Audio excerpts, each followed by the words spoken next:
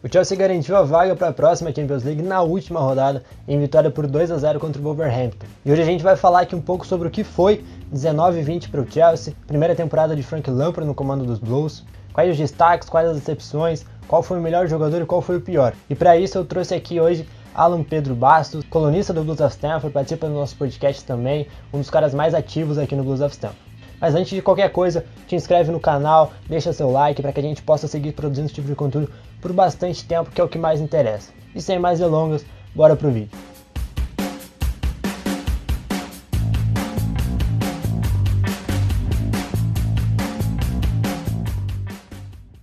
Fala pessoal, a gente tá aqui abrindo mais um conteúdo, o sexto do Blues of Stamford aqui no YouTube. Eu tô aqui hoje com o Alan, nosso colunista, também participa do nosso podcast, escreve no site e estreia aqui também no YouTube. Alan, seja bem-vindo à tua casa, seja bem-vindo ao que você também produz. Vamos falar um pouquinho sobre a classificação do Chelsea para a Champions League do ano que vem e sobre a campanha muito boa do Lampard nessa primeira temporada dele no Chelsea. Salve, salve pessoal, é isso aí, a primeira participação aqui no canal no YouTube. Fico muito feliz que a iniciativa tá dando resultado e o pessoal está com uma resposta super positiva. E vamos comentar aí essa tão inesperada, né, classificação à Champions League, se a gente tivesse falado, quando a gente falava no começo da campanha, mas que ao longo do que a gente foi produzindo, foi se desenhando para isso, e num certo momento a gente já falava que não se classificar seria uma frustração e finalmente conseguimos, o principal objetivo da temporada foi atingido e vamos comentar sobre tudo isso aí. Eu acho que esse que é o ponto, né? É uma coisa que eu venho pensando. Lembra daquele podcast que a gente gravou no início da temporada? Planejando o que seria? Eu, Sim. eu inclusive eu falei, meu, se a gente conseguir chegar no top 4 é um trabalho do Lampard, assim, sensacional. E a gente ficou a temporada inteira praticamente no top 4. Né? Se eu não me engano, a gente entrou naquela vitória contra o Newcastle em outubro e não saiu mais. Saiu agora no finalzinho ali por questão de jogo a menos, mas o que antes era completamente impensável, se a gente fica de fora, seria uma frustração enorme, né?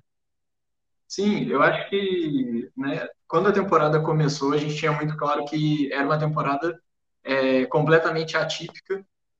A gente vinha, né, da perda do principal jogador em anos do clube, que era o Eden Hazard. A gente veio, contratou um técnico sem experiência, principalmente sem experiência de Premier League, por mais que seja uma lenda, né, dentro do clube e por tudo que fez na história do Chelsea, é um técnico que ainda busca se provar e, em cima disso tudo, a gente ainda teve o transfer ban. Então, sem poder contratar, a gente pega ali, né, de todo aquele exército de jogadores emprestados, vamos ver quem aqui vai conseguir jogar. Houve alguns que foram pedidos do Lampard, com quem ele tinha trabalhado, por exemplo, no Derby County, que foi o caso do Fikayo Tomori e do Mason Mount, que deram resultados já essa temporada.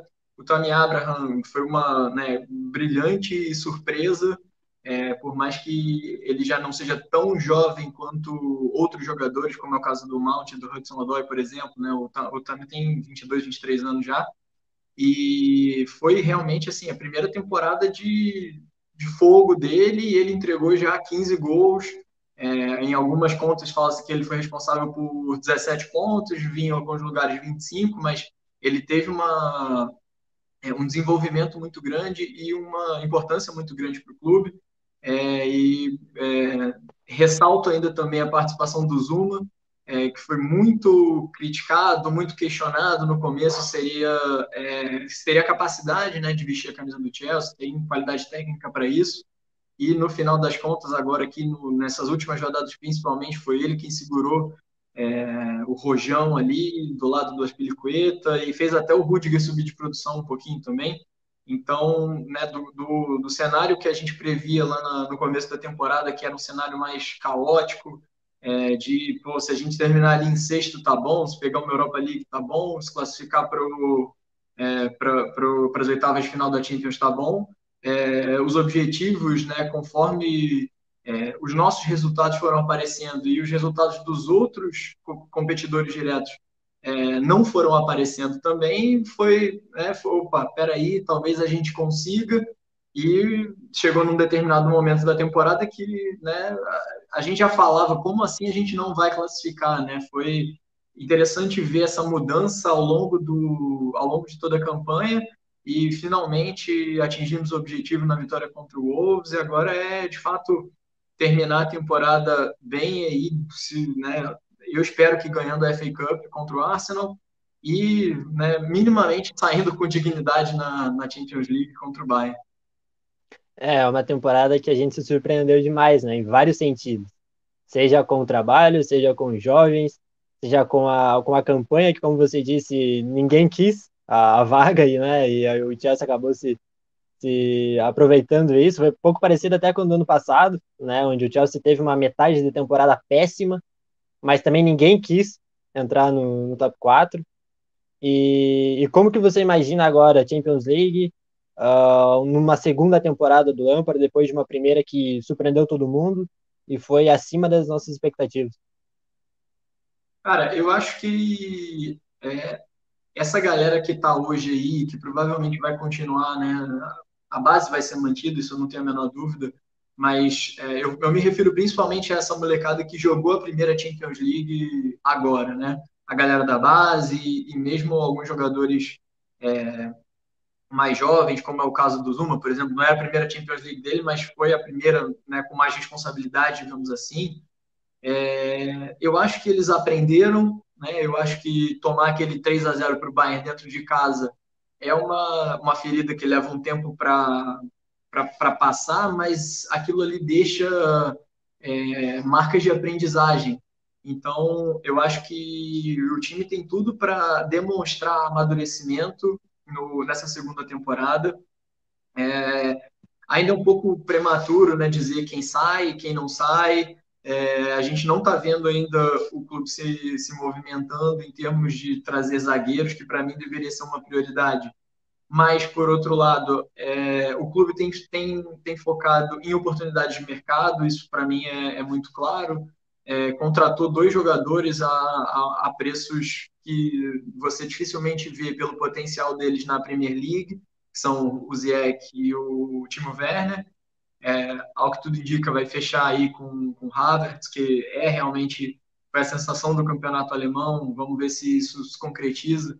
E é muito por conta da oportunidade do mercado mesmo, né? O Chelsea se capitalizou pelo fato de não ter contratado ninguém nas duas últimas temporadas, nas duas últimas janelas, desculpa. Se capitalizou sem dúvida na venda do Morata também para o Atlético de Madrid e do Eden Hazard. A gente não pode esquecer que ele foi vendido por um valor, mas que colocava lá que se ele fosse campeão na primeira temporada, isso dava um bônus adicional e ele foi. Então, se ele não teve o desempenho individual, isso não é problema do Chelsea, mas o certo é que vai aumentar, né, a tarifa que a gente vai receber aí, que o Chelsea vai receber por ele. E eu acho que sim, né, o Lampard está olhando ali para os problemas defensivos. Se tiver a oportunidade de trazer um goleiro, que seja, mas eu acho que trazer um zagueiro agora seria importante. E essa galera, por ter vivido, né, digamos assim, essa primeira experiência de Champions League, e o Lampard também viveu a sua primeira experiência de Champions League e classificou o time, né, para a fase de mata-mata. Isso é muito importante. O Lampard, quando foi jogador, ele perdeu, né, a Champions de 2008, 2007, 2008, se não me engano, e depois foi campeão lá em 2011, 2012. Então, por mais que essas derrotas elas sejam complicadas de assimilar, elas, quando você pensa no longo prazo, elas fazem parte de um processo de maturação. E esse elenco muito jovem, né, de média de idade muito baixa, para eles eu acho que é importante essa primeira vivência também, e acredito sim que o time tem condição de ir mais longe já na próxima edição da Champions. A gente falou sobre isso também, né? Naquele podcast falando sobre a fase de grupo, depois do sorteio, que inclusive o Mauro Betti, o Sinise e o João Castelo Branco participaram. A gente falou que era um grupo teoricamente difícil e que muita gente falava que não, melhor nem classificar, vai para uma Europa League. E a gente sustentou a ideia de que não, é bom jogar o mata-mata, é bom para Mason Mount, para Abraham, para toda essa galera jovem jogar, criar uma casca. E jogaram. né? Jogaram em partidas importantes, partidas grandes, enfrentaram talvez o melhor time da Europa. E com certeza para a segunda temporada deles em Champions League, junto com o Werner, com o Ziyech, com mais quem que for vir, com certeza vai ser uma temporada melhor, com mais experiência, que é muito importante. E voltando para a Premier League, vamos fazer aquele exercício rápido de melhor jogador, pior jogador, decepção, para tentar resumir de uma maneira mais objetiva o que foi a temporada. Quero começar falando sobre. Vamos começar da parte ruim, que daí a gente termina o vídeo em alto astral. Pior jogador da temporada. Quem que você coloca? Aí eu falo também, a gente vê se entra em acordo e a gente nomeia um.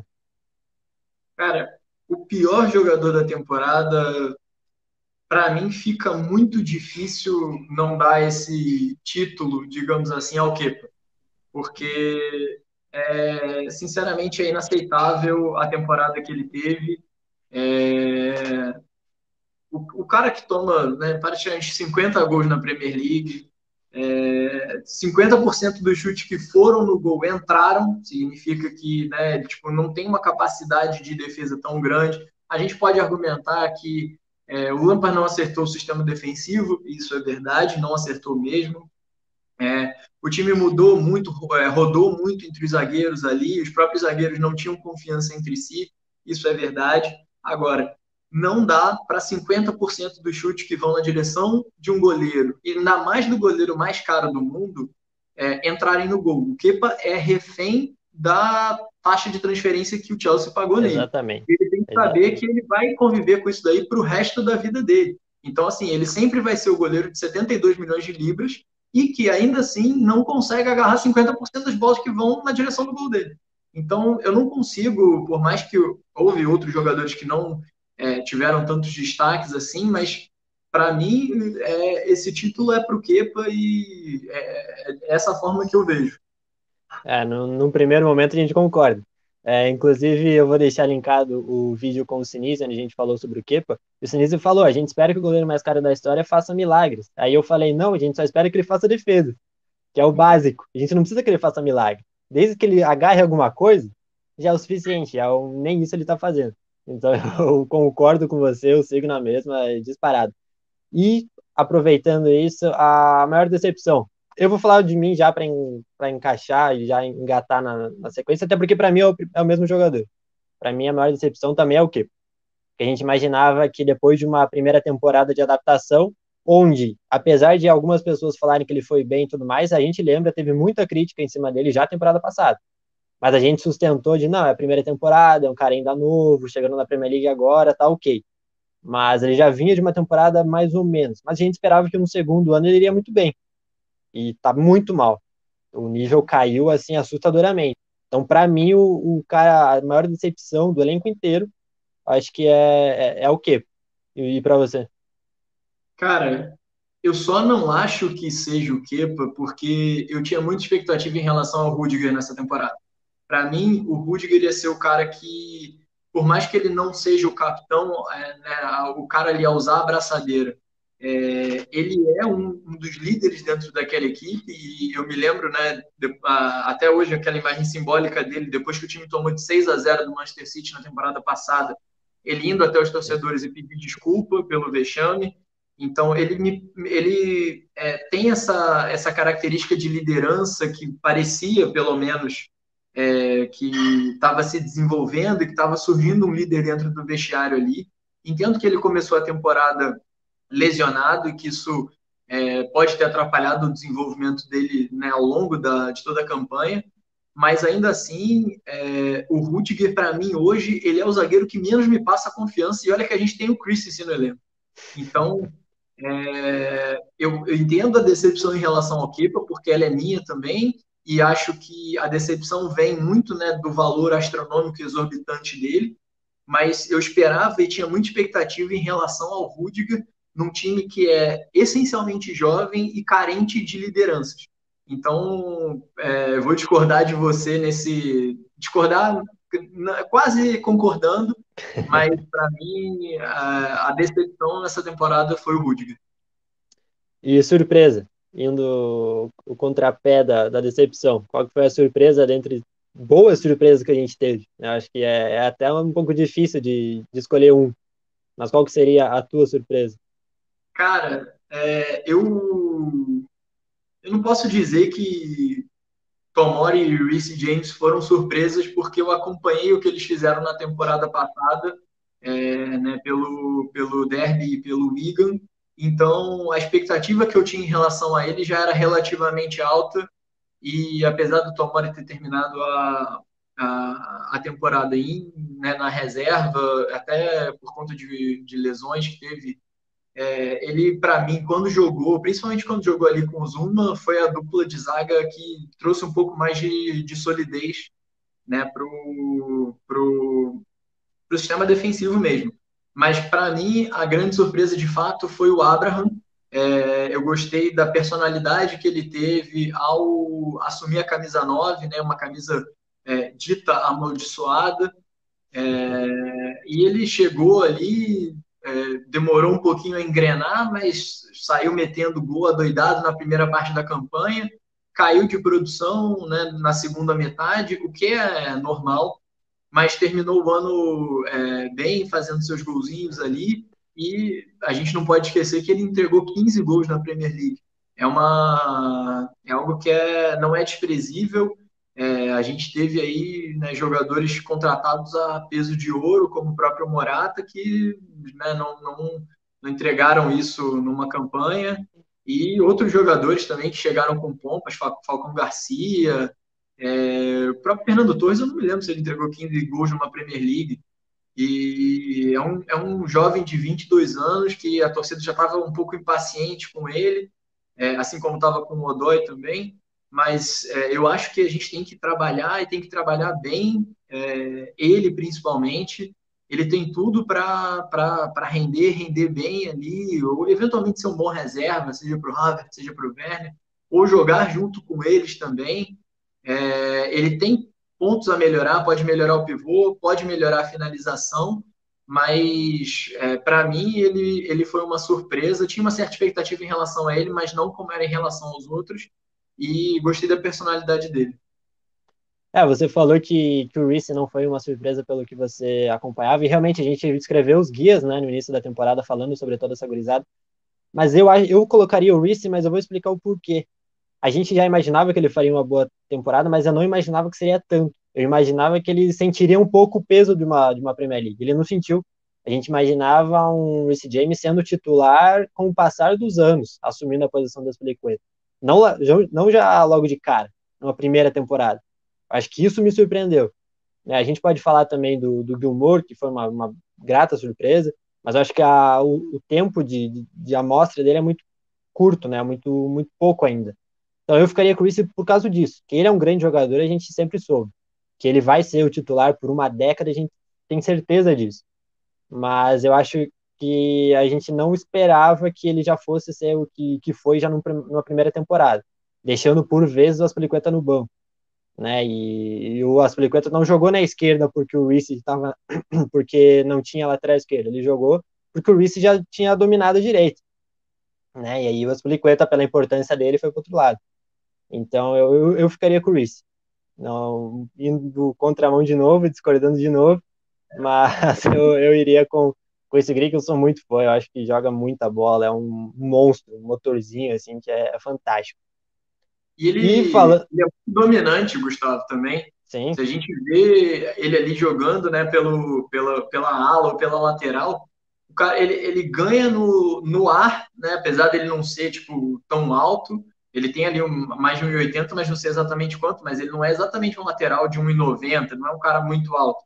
E ele tem uma noção de posicionamento e de controle mesmo, né, da bola com ele, que podem vir dois caras ali pressionando ele, que ele vai ter segurança para proteger e, em geral, fazer o passe, achar o cara no meio, achar o cara que está, o William mais aberto ali na ponta, voltar a bola no goleiro, ou mesmo no Aspilicueta, quando o time joga com três zagueiros. Então, ele é um cara muito dominante ali na posição dele também. sobre pressão, ele lembra um pouco até o Kovacic, né? A tranquilidade dele para sair jogando. Sim, Ele tem exato. uma frieza tão grande quanto a do Kovacic. E falando de jovem, qual que seria o teu melhor jogador jovem? Essa temporada foi muitos. E a gente teve muito cara subindo da base ou tendo a primeira oportunidade no time principal, como o Abraham, por exemplo, teve uma temporada cheia, né? Ele já jogou algumas vezes pelo profissional, mas pela primeira vez ele teve uma temporada cheia. Qual que seria o teu melhor jogador jovem? Cara, é o Mount, né? Não tem como. O tanto que ele entregou mesmo, né? Tanto de importância para o time, seja de assistência, pré-assistência, gol, work rates, né, como eles chamam, a taxa de trabalho mesmo, o mapa de calor, se a gente pega ali, ele fez muitas funções diferentes. Ele jogava hora aberto pela direita, pela esquerda, jogou centralizado.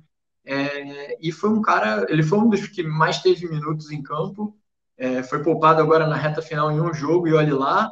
E né, no último jogo da temporada, quando a gente precisava ali realmente de alguém para resolver o problema, ele foi lá, guardou aquela falta, né, com extrema maestria, deu o passe para o gol do Giroud também.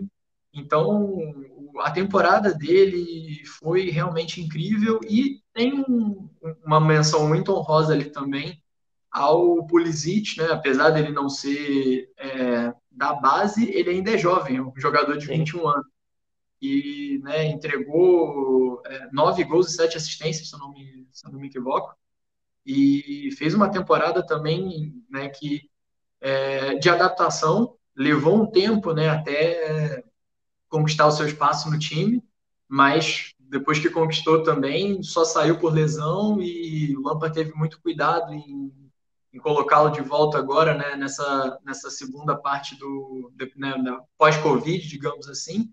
E quando colocou, também ele foi muito importante no jogo contra o Liverpool, por exemplo, que a gente não ganhou. Ele fez um gol e deu uma assistência que colocou o time de volta ali né, na briga ali momentaneamente. E inúmeros outros momentos. Na primeira temporada dele, ele já conseguiu anotar um hat-trick, por exemplo. É um cara que tem assim um futuro brilhante pela frente. Então, para mim, o melhor foi o Mount, mas com muito destaque sim para o Pulisic. A gente esquece que o Pulisic é tão jovem ainda, né? Um cara que parece que joga bola já faz muito tempo, mas que ainda tem 21 anos só. E aí eu concordo, eu vou de Malte também, até porque para mim o Malte foi o segundo melhor da temporada no geral. Fantástico, o pessoal até não enxerga tanto o que ele faz, né? Mas ele é muito importante sem bola, é muito importante pro esquema e contribui demais. É o cara que tem mais pré-assistências no time, são 8, né? Feito de comparação, o William tem 4, que acho que o terceiro. Aí o Jorginho, se eu não me engano, é o segundo, com 5. Então é uma diferença considerável. E um cara que está na primeira temporada também, que veio de uma Championship pelo Derby, e é claramente o cara que o Lampard confia, é o Coringa do Lampard, né? Um cara que joga em todas as posições possíveis. Onde o Lampard botar ele, tá jogando e tá desempenhando. Óbvio, oscilou demais a temporada também, como todos os outros jogos.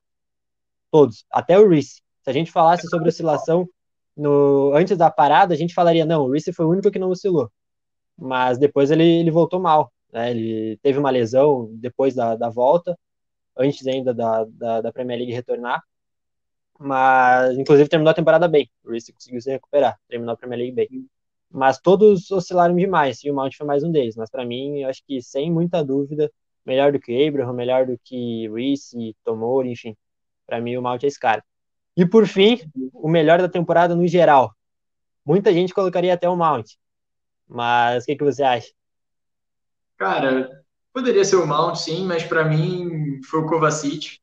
Eu acho que muita gente duvidou, né, quando o Chelsea pagou lá a multa, né, que tinha acordado com o Real Madrid, que era em torno ali de 50 milhões de euros.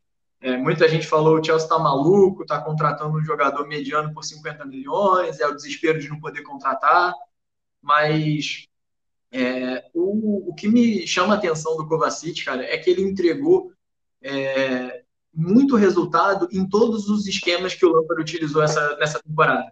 Então, e não foram poucos, né? O Chelsea utilizou pelo menos 3 esquemas: o 4-3-3, o 4-2-3-1 e o 3-4-3, com algumas variações dentro desses esquemas. Em alguns jogos chegou a jogar num 3-6-1, por exemplo, enfim. mas o Kovacic entregou futebol em todos eles. Ele dominava o meio-campo, jogando ali ao lado, né, do Jorginho ou do Gilmar, enfim, de quem quer que fosse, no 4-3-3. Ele jogando no 4-2-3-1, em geral, ali ao lado do Kanté, às vezes ao lado do Jorginho, mas mais do Kanté, era o cara realmente que fazia essa função de subida ao ataque, esse jogador, né, que cobria praticamente o campo inteiro. E também no 3-4-3 ele fazia a performance do Jorginho, que tende a cair quando o Jorginho não joga como regista, subir. Então, ele é um cara que faz a performance do Jorginho melhorar quando joga junto e quando não joga com o Jorginho, mas que joga com outros jogadores, ele é o cara realmente ali dominante no meio-campo. Então, ele jogou muito bem quando teve ao lado do Jorginho, claro, mas ao lado do Kanté também, ao lado do Mount, do Barkley. Ele realmente foi um cara que a gente viu o progresso dele. Ele fez 2 gols nessa temporada, coisa que ele não tinha feito, né, na temporada passada, e mesmo jogando um pouco mais distante do gol. E teve um momento ali em que chegou a ser reserva, mas foi muito transitório. E eu acho que, assim, para mim, por mais que a temporada do Mount sim tenha sido muito boa, eu deixo ele como o melhor jogador jovem, né, digamos assim. E para mim, realmente, o Kovacic foi o melhor jogador. Vamos concordar em mais uma. Das 5, só em 2 que não combinou. Fácil. O Kovacic, na pior das hipóteses, está entre os 5 melhores meio-campistas da Premier League. Na pior das hipóteses. A gente pode tranquilamente botar ele junto com o De Bruyne e aí mais um top 3, tranquilamente. E é aquela coisa, né? Acho que é algo parecido, inclusive, com o que o Jorginho sofreu a temporada passada. E o pessoal não entender qual que é a função dele, não entender por que, que ele tá ali. E aí não adianta você cobrar 10 gols do cara, sendo que ele não vai entregar. Sendo que não é nem da função dele fazer isso. Né? Sim, E o Kovacic sofreu muito com isso na temporada passada. E nessa temporada, inclusive, acho que muito por conta do Lampard, do fator Lampard, um cara que conhece a posição, ter dado liberdade para o Kovacic subir. E aí ele mostrou talvez o melhor futebol que ele tem, ou algo muito próximo disso. Foi fantástico. O Kovacic é extremamente importante. Eu quero ver como que o Lampard vai montar esse time temporada que vem. Se ele vai priorizar o Kovacic, o box-to-box do Kovacic, né? Se pegar essa bola lá atrás e levar até o ataque, ou se ele vai priorizar o pressing do Mount. Ele vai ter que, vai depender da forma que ele enxerga o jogo, até porque se chegar o Havertz, não vai ter espaço para todo mundo, a não ser que ele abra a mão de um primeiro volante marcador e aí bote o Kovacic de primeiro, mas o que eu também acho bem provável. É um esquema que precisa de um volante que proteja a defesa. Então é um ou sim. outro. Aí o Lampard que se vire para achar lugar para todo mundo. Mas eu iria de Kovacic também. Boa. E tem a especulação, né, que a gente está vendo agora também em relação ao primeiro volante do Declan Rice, né, que é um cara que foi formado na base do Chelsea. Não sei o quanto tem de oficial nessas especulações, Tomara mas que seja. é um cara que, se viesse realmente ali para dar uma proteção na zaga, eu me arrisco a dizer, posso estar falando uma grande besteira, mas que o Chelsea poderia vender o Kanté sem problema. Eu comentei isso, eu acho que no episódio passado com o João. A gente citou essa cabeça de área ali, eu falei. Mas o Kanté agora, complementando o texto do Rodrigo, né, que foi pro ar no blusafm.com.br, o Kanté aparenta estar em declínio físico, a idade já daqui a pouco já bate 30, o Rice tem 21, e é um cara que é líder desde cedo. Então, sem dúvida, seria uma excelente opção. Alan, passamos um pouco do tempo, o Gava vai me matar, mas deu pra gente falar bastante sobre a Premier League, falar sobre a belíssima primeira temporada do Lampard. Citamos aí quem foi melhor, pior, decepção. Acho que deu para conversar bastante, deu para falar bem. Tem podcast também que está saindo essa semana sobre a Premier League. Então, Alan, muito obrigado. Sempre que quiser voltar, estamos aí. Gustavo, obrigado pelo convite. Agradecer também a audiência aí de todo mundo. Fazer uma rápida menção honrosa aí ao Giroud, e pelo Sim. profissional que ele é, que brigou aí pela vaga no time dele, saiu de terceira opção para titular absoluto do ataque nessa reta final, né, de Premier League, e foi realmente muito, muito importante para a gente conseguir a vaga na Champions League. E, né, é um prazer fazer parte do Blues of Stamford. Estamos sempre lá com os textos também.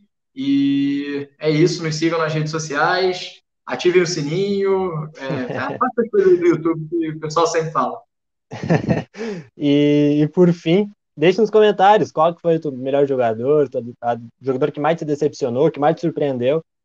Compartilha também com a gente a tua opinião. Olha, rapaziada, a gente se vê na próxima semana com mais conteúdo aqui no YouTube. Valeu, um abraço.